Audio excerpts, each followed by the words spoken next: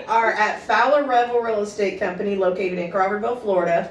And we just wanted to pop on and talk about the fact that we have our first storm of hurricane season, which actually doesn't start until June 1st.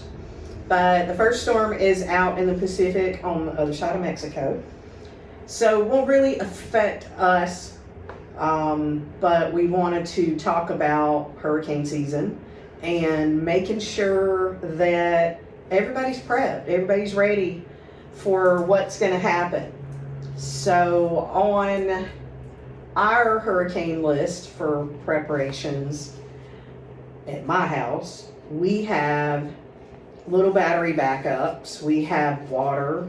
We're on a well, so we definitely have water. I fill my tubs up so that we have flush water for the toilet. But we're looking at maybe putting in a solar backup or some type of battery backup system or a generator for our well so that we don't have to be without running water, because that sucks. I will just be honest about that. I can live without air conditioner, but I cannot run without running water. There's no light or there's no power. There are all these things that can charge phones or light up the house or whatever, that we need. You know, candles, battery backups of batteries, solar lights, all the things that you need to put light in your house. Yeah. Flashlights, headlamps, things like that. Yeah. And we have a pamphlet that we created for hurricane season, because we do live in an area that is prone to hurricanes. We live in the Florida Gulf Coast, Panhandle, Big Bend area, and you know, we get a couple of storms a year. Yeah. We've had some pretty bad ones. Last year, year before, we had some nasty ones that just kind of went into the armpit of Florida there, back to back. That's the armpit of Florida. That's what they call it, the armpit, like the Big Bend armpit. The Big Bend sounds nicer. The Big Bend sounds nicer, but it's the armpit because it's sweaty and humid and especially without power. Yep. But they really were. There were a couple of areas that were devastated last year, and it's a lot when you live in an area like that, and like you taking a risk, right? Like we love it here. Yeah. Like I'm born and raised Floridian, and I love it. I have lived in a bunch of other places, and I never want to live anywhere but Florida. So it just, you have to be prepared when you live in Florida. Yeah. You know, you definitely have to be prepared, and you need certain things, and those things are minimum of 3 days of food, minimum of 3 days of water. And they say a gallon of water per person per day, but you have to wash your butt. So you need more than a gallon of water per person. I mean, my butt's pretty big. So I need my own gallon of water. That's another reason to fill up the bathtubs, though, because if your bathtubs are clean before you fill them up, you can also use that water to bathe in. And you know, they make these Granted, not in the tub, but like... Right. Don't get in your, don't get in your flush water and take a bath. And if you have, like, most of us rednecks have portable pools, but I took mine down a couple of years ago, but if you have a kid's pool or something like that, make sure it's full. You know, fill it up, because that's extra water for you to flush with. Last year, in May, we had some tornadoes come through. It was like May 9th, I think, or the 8th. And they came like a couple hundred yards from our house and just devastated this one street. I mean, it was horrible. But we didn't have power for almost a week. And our neighbor had an above ground pool, and my husband took my little garden cart over there and filled buckets up with water, and we used that nasty green water to flush our toilet with, because it caught us off guard. And we did not have flush water. Yep. You know, I mean, you cannot leave your tub full constantly. Yeah, and you're on a well. I'm on right. talc one, so I could flush my toilets, and I had running water, but you didn't. You had it. You could take showers and stuff. And people that know me, they know I believe in being prepared, and we are definitely prepared for pretty much anything. But things like hurricanes or freak floods, like what happened with Helene Yeah. last year, Nobody a fire. was prepared Like for we've that. had a ton of random forest fires as well. Just a lot of people lost their homes. I mean, there's a lot of stuff that you just really can't prepare for. Like, No. how do you prepare for that? And the only way you can do that is to keep a go bag packed and have, easy stuff, right? Like protein bars, stuff that packs a lot of calories, that has a long shelf life. And I don't like that kind of stuff because I don't like eating chemicals. But when you're hungry, right? You need the calories. It's calories in, calories out. Right. You have to have it. So stuff like that you can pack that has a long shelf life, you can put in your car that won't melt, because in our Florida heat, everything melts. It's not going to melt. Beef jerky is a good option. Beef jerky, yeah, I like that. Dried The meats. little chunks, I like those. I can chew those. Mm-hmm. But little things, little snacks, water, for sure water, which, you can't leave water in a plastic container in your car. No, but they have started making smart waters in cans now.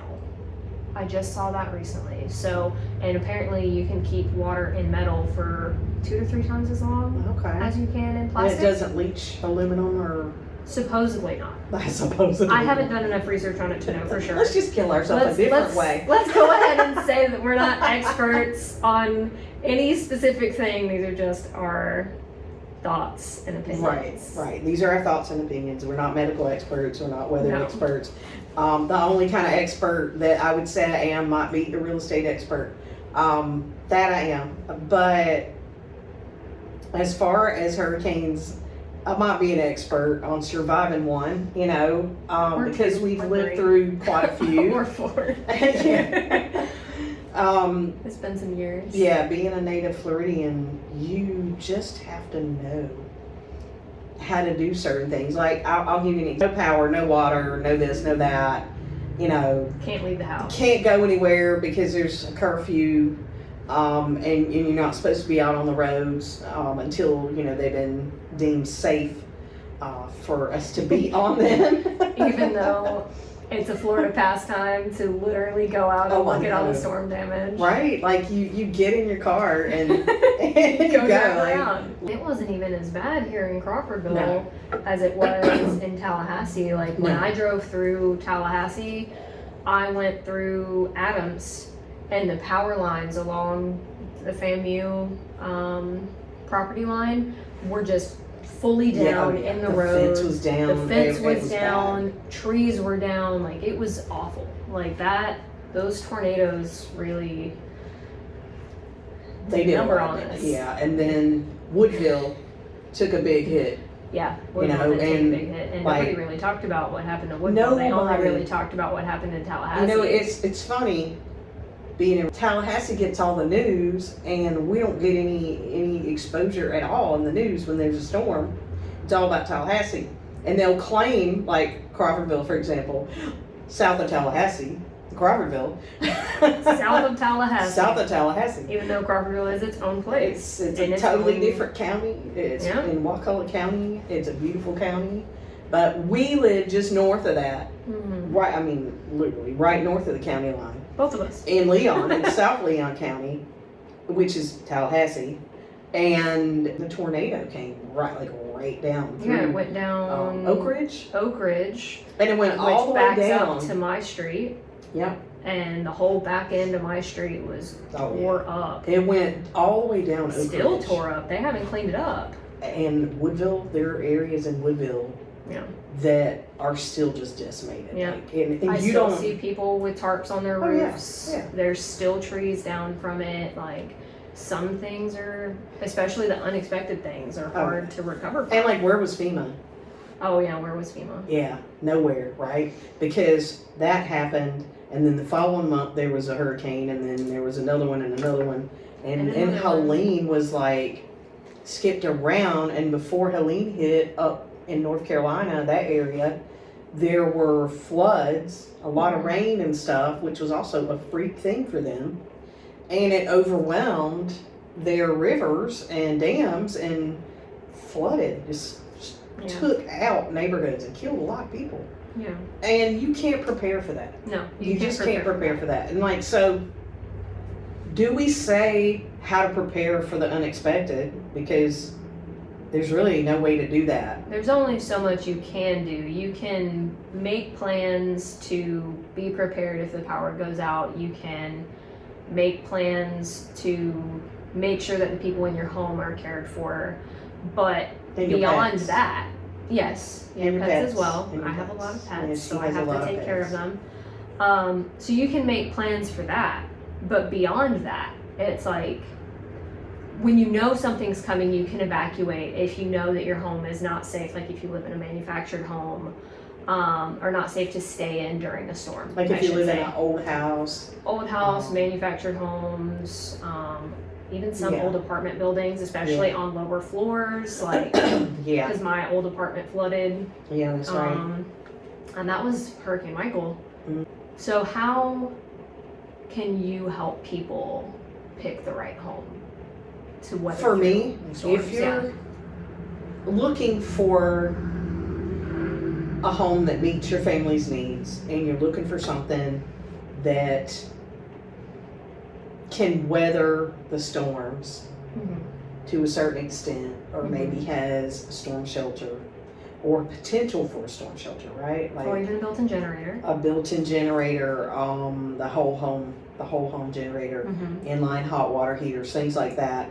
Like the little bunker house that we have Mhm. that's in Tallahassee, like over kind of close to FSU area. There's a little house that we have listed right now that's a block house with a metal roof, Mhm. nice big yard. It has a lot of security features, Mhm. cameras, everything's hardwired, Yeah. so you're not dependent on the Wi-Fi or any of that. Everything's hardwired with backups, and Yeah. the doors on that are very secure as well. Mhm. Storm windows, storm doors. Yep. Block house, Yep. which you know, concrete foundation. There's a hot tub in the backyard. There's a whole home generator. I Mhm. mean, it's a great little house, especially if you're prepper minded or preparedness minded, I guess is a better way to put Preparedness, that. yeah. They had power when nobody else on the street had power. Yeah. But that's a great little property that we have listed, and I would call that a bunker house for sure. You Yeah. know, but then if you're looking for something, but you can't really afford a lot, and you do end up like you want a lot of property because you want goats or rabbits or what, you know, you want to raise your own meat and stuff, right? We can help you find a property, and even if it does have a manufactured home on it, which is not stormproof at all. I don't care what anybody says. Not stormproof. Your insurance is going to be higher, especially if you're in the wrong wind zone. Like your insurance could be freakishly crazy high. Mhm. But you could, you know, buy one of those little hurricane shelters, and they start at about $3,500. Okay. Because my niece was looking at getting one of those because they live in an older home, and she was talking about getting one, and they have a way that you can actually mount them to your concrete. Okay. So she was talking about maybe getting one of those and just, you know, paying somebody to professionally install it for her. So she'd Right. be in it for like $4,000 maybe with Mhm. delivery and setup and everything. Right. And it was big enough for her and the little one and maybe a couple more people, Okay. you know, or their stuff, Mhm. right?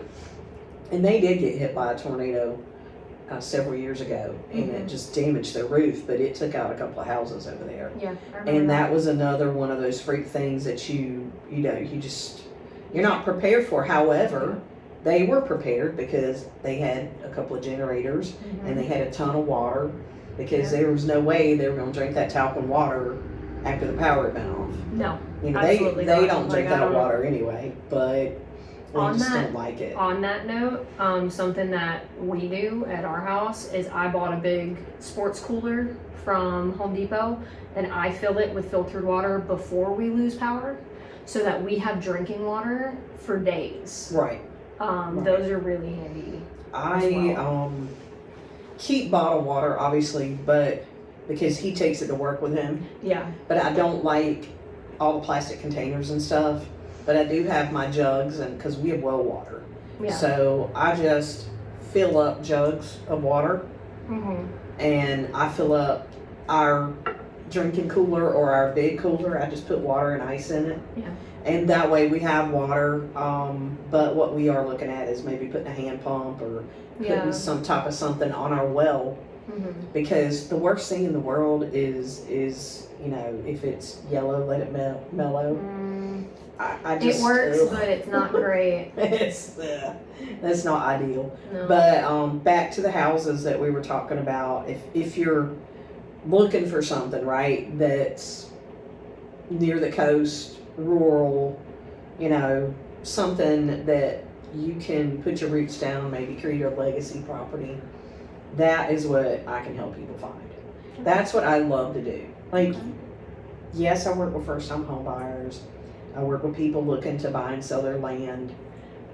But my primary focus is to help people build legacy with their land, in their home. So we work with builders. We work with people that, I want to say vendors, who sell certain things to help people be self-sufficient, from solar panel contractors to, and we work with one of the best solar panel people probably in the world. We call him the godfather of solar power. So, and he's really good. Like, he's put solar power in third world countries, so he knows what he's doing. And we have him, on our team that we can reach out to for solar. We work with a couple of different companies for storm shelters and bunkers that are buried type containers. And then we also work with a brick block mason who also specializes in ICF, if you're familiar with that, insulated concrete forms. I used to say foams and I didn't know, but it's like a frame and they pour this mixture into it, and it is very high weather rated. So it's good for storms, it's good for our area. Keep your utility bill way down. And so we have 2 people that we work with that are experts in that. This pamphlet, we have these in the office. You can come by and grab one. If you're not local, we do have a PDF version of this or a similar thing that you can download, and we will link that below. Get prepped up, download our list, and get your basics. Start with 3 days, just 3 days. And make sure you get stuff for your pets, and make sure you always have a little bit extra in case somebody else isn't prepared and you run across them. It's just a nice gesture to be able to help somebody else if you can. All right. Well, that's all. See you. See you when we see you. There you go. Bye.